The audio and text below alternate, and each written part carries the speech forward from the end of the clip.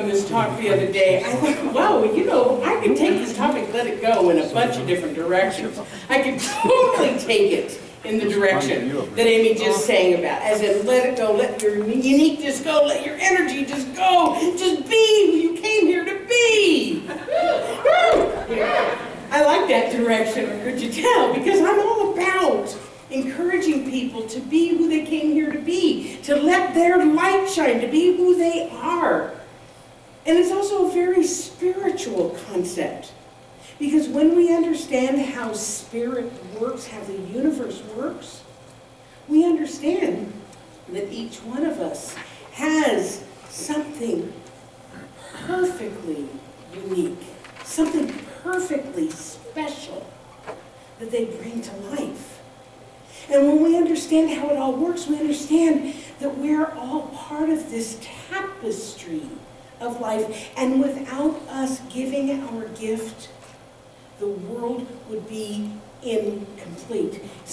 God would be incomplete without us being that expression of it.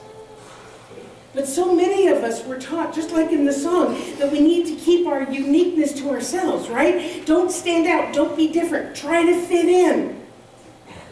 But as it turns out, we are designed to allow our light to shine, to allow our gift to go. We are designed to live our life uniquely, to express spirit within as only we can. Can I get an amen to that? Amen. Okay, let me show what Frank Holmes said. He said, you should become aware that the one creative power is expressing in you in a unique way, and that it is always pressing against you, seeking a fuller outlet of its infinite possibilities.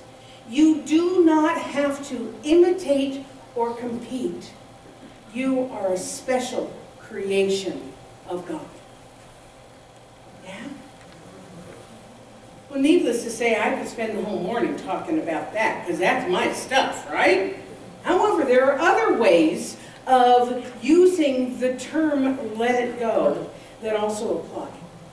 For instance, it can also mean let it go as in don't take things personally, don't let things bother you. This version's not nearly as much fun, is it? Because let's face it, as human beings in this crazy world, we often take things personally, don't we? And whenever it happens, whenever something happens, I know people who take the traffic personally. It's happening to me. I'm experiencing it. I'm taking it personally. And if you're like me, when this thing happens and you're taking something personally, it occupies a lot of your energy, doesn't it? You obsess about it, you talk about it, you stew about it. And seriously, is there anything worse or more maddening in the world than that person who is not going through it or not taking it personally, who tells you, oh, just let it go. And you're like, you let it go. And we know we're supposed to let it go. We know that we're supposed to release things after we've wallowed in it a little while, because I like the wallowing a little bit myself. But the question is, how do we let it go? How do we? How do we let go of something that we're taking personally? Well, what if you understood that whatever was happening was not happening to you, but rather happening for you? What if it was happening for your soul's growth and expansion? Would that change how you were perceiving what was going on? Let me give you, for instance, I had something this week that kind of upset me. I gnawed on it for a little while. I stewed. I took it personally. I did. But then, maybe because I was getting ready to put this talk together, I thought about it, and I thought that it truly was a wonderful opportunity for me to remember my truth. And my truth is that I am in partnership with the divine.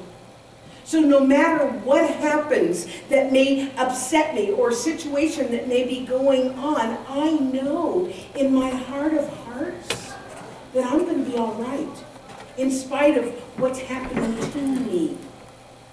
So I reminded myself of all those other times when I've been super, super upset and really taking things personally and thinking that people were doing things to me. And yet when I looked back at whatever the situation, I could see how it all worked out. Is this making sense? Yeah. And because I trust in divine order, I trust in the synchronicity of life, I was able to let this thing go. Dr. Holmes put it this way. As you learn to release all your burdens to the right action of God, you will find that everything falls into its proper place. You let your problems slip away from you, realizing that a power greater than you are and a presence that is within you is ready, willing, and able to guide you in all ways. Then peace, security, and fulfillment come with ease, and there is a sense of joy and accomplishment. Letting things go, releasing them, not taking them personally, is not a sign of weakness. It is actually a sign of spiritual maturity. And sometimes, even those of us who consider ourselves to be spiritually mature forget what we know, like I did for a moment last week. But the beauty of all this is that we can always remember what we know. When we have forgotten, we can remember, like I did last week. So the next way that I want to interpret this idea of letting it go is actually the basis of the talk, what I had wanted to talk about. It's also the basis of this afternoon's releasing ceremony that we're doing and the burning bowl ceremony. And that is to let go of those things that no longer serve us, but that we are holding on to. This includes people, and memories, and habits, and material items, and hurts, and resentments. You know what I'm talking about. The problem is, when we hold on to things that no longer serve us, that have outgrown their place, have outgrown their usefulness, it keeps us stuck. And science is backing this up. Ernest Holmes says that we're all waiting for the day when science and religion walk hand in hand. Well, you know what's happening. Science is proving spirituality, and spirituality is proving science. And what we're discovering is that everything is made out of energy, right? Everything is made out of energy, and energy moves. Everything is energy. But when we hold on to things that are not serving us, think about it. It's kind of gross, but you know, whatever. Think about it as just this kind of inert ball of stuckness that is keeping the flow from flowing. Let me tell you what Alan Cohen said. He says it takes a lot of courage to release the familiar and seemingly secure, to embrace the new. But there is no real security in what is no longer meaningful. There is more security in the adventurous and exciting. For in movement there is life, and in change there is power. This girl's jumping up a bungee cord. It's on my bucket list. I haven't done it yet. Now, I want to be very clear that I am not saying that having loving memories, sentimental, material things, healthy habits, I'm not saying any of that is wrong or bad. Not at all. what I'm talking about is when those memories or those things or those habits have become so deeply ingrained that we are unable to move forward. Then it might be time to let it go. Because we are here to move forward. We are here to express. We are here to grow. Here's how Dr. Holmes put it, my last Holmes quote, I think. He says, there is an inner urge in our minds to grow, to expand, to break down the barriers of previous limitations and to ever widen our experience. This persistent urge is a divine influence, an irresistible force, and constitutes the greatest impulse in human history. What a promise. What a promise. There is an inner urge within us that is urging us to grow, to be more, to blast beyond barriers. So how come so many of us, myself included, insist on holding on to things that limit us? Anybody else want to know the answer to that? Yeah. Anybody have the answer to that? The answer that I could come up with is that change and release is sometimes painful and it's scary. And we do a lot to avoid pain, don't we? We do a lot to avoid fear, don't we? But change, release, and transformation are normal and natural. Brings to mind how a butterfly comes into existence. As you know, it starts out as a caterpillar, right? Caterpillar's crawling around on the leaves, it's chowing down, it's loving its life, it's thinking this is all there is, it's just having its experience. But there is something within this caterpillar that knows that it is more than that. It doesn't know it consciously, not that caterpillars are conscious, but it doesn't know it consciously. But deep within, there is something, that divine urge that Holmes talked about. So when the caterpillar is ready, it secretes a stream of liquid from its glands. And the liquid stiffens and it forms a silk-like thread which the caterpillar uses to attach its leg to a leaf or a twig. And then it spins this silky thread around its body to form a shell that is called a chrysalis or a cocoon. Looks a little something like that. Inside the chrysalis, the transformation continues. The caterpillar actually digests itself from the inside out. Are you grossed out yet? Causing the body to die. I'm going to say that again because it's important. The caterpillar digests itself from the inside out, causing its body to die. During this partial death, some of the caterpillar's old tissues are salvaged to form new. Using its digestive juices, the caterpillar turns its old larval body into food, which it uses to rebuild its new body. Now I know you're grossed out. And once the pupa has fully grown inside the cocoon, and the butterfly is ready to emerge, the insect releases a fluid which softens the shell. And then the butterfly pushes on the walls of the shell until it breaks open. The process that a caterpillar takes to turn from caterpillar into butterfly can take anywhere from 10 days to several months. But the result is so worth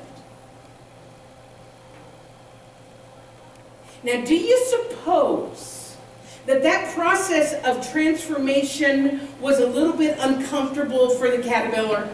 Yeah. Not only did it have to go through what sounds like a pretty yucky physical transformation, but it also had to let go of everything it knows, what it's familiar with, what it considers life to be. It had to do that in order to grow into a greater, fuller, more expanded version of itself. Anyone here ever gone through a process like that? Where you had to let go of something in order to make room for something else, something greater? Yeah. Sometimes it feels like that transformation or that change, it's thrust upon us without our permission, and we take it personally. Okay, let me rephrase that. I have taken it personally because it's not fun. It's painful. However, perhaps, it is exactly what is needed in order for us to discover who we are, our uniqueness, our talents, our reason for being here. Because if we had been able to stay where we were, we wouldn't be where we are. That makes sense? I look back at the things that I held on to. Oh my God, claw marks, holding on to these things, filled with fear to let them go. Relationships and jobs and old ideas and everything. And yet if I had not let them go, I wouldn't be here today doing this. Did you also notice that some of the caterpillar, I said that some of the caterpillar's old tissues are used to form new ones? Remember I said that? That's important to this process I'm talking about. Because who we were and who we are and who we are becoming is all part of the same life expression. In other words, we are building our lives now and into the future on the foundation of who we have been. I wouldn't give up my past, ever, because it has helped me to be who I am today. But it also means I don't want to go back to my past, because it's past. It's done. So this afternoon, we're going to be doing this thing we've been talking about for a couple of weeks now, a releasing ceremony at the center on First Street. And the purpose of it is to provide a space for honoring the past and also embracing the present. As I told you a couple of weeks ago, the idea was born as part of our co-creation process last month, when we realized that maybe there were some people who were still missing and still grieving the old space, the old Center for Spiritual Living on 17th Avenue. And that we're also missing their spiritual leader, Dr. Carol, because it just seemed to happen, boom, boom. I mean, the building sold, Dr. Carol is retiring.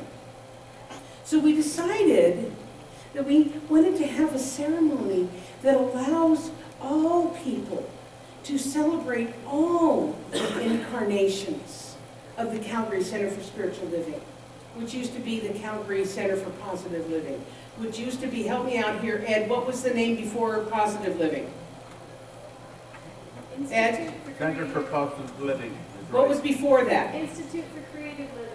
Institute for Creative Living. And wasn't there one called Church of Today, or Church of What's Happening Now?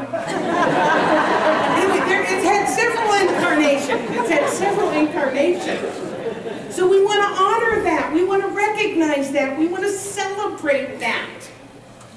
And then have the burning bowl ceremony so that we can write these things down and then we can release them, we can burn them, we can let go of the attachment that might be keeping us moving forward as in a community and as individuals. But maybe this is not appealing to you. Maybe you weren't here before. Maybe you're new now. That's okay. If there is anything that you feel like you want to release and let go of, whether or not it has anything to do with the center, please come. Because we know that what affects one affects everyone. the very definition of community, common unity. Community. So I'd like to close with a poem that was written by one of my colleagues named Reverend Sapphire Rose. And it is simply called, She Let Go. She let go. Without a thought or a word, she let go. She let go of fear. She let go of judgments. She let go of the confluence of opinions swarming around her head. She let go of the committee of indecision within her. She let go of all the right reasons, wholly and completely, without hesitation or worry. She let go. She didn't ask anyone for advice. She didn't read a book on how to let go. She didn't search the scriptures. She just let go. She let go of all the memories that held her back. She let go of all the anxiety that kept her from moving forward. She let go of the planning and all the calculations about how to do it just right. She didn't promise to let go. She didn't journal about it. She didn't write the projected day in her day timer. She made no public announcement, put no ad in the paper. She didn't check the weather report or her daily horoscope. She just let go. She didn't analyze whether she should let go. She didn't call her friends to discuss the matter. She didn't do a 5-step spiritual mind treatment. She didn't call the prayer line. She didn't utter one word. She just let go. No one was around when it happened. There was no applause or congratulations. No one thanked her or praised her. No one noticed a thing. Like a leaf falling from a tree, she just let go. There was no effort. There was no struggle. It wasn't good and it wasn't bad. It was what it was, and it was just that. In the space of letting it go, she let it all be. A small smile came over her face. A light breeze blew through her, and the sun and the moon shone forevermore. I love you, and so it is.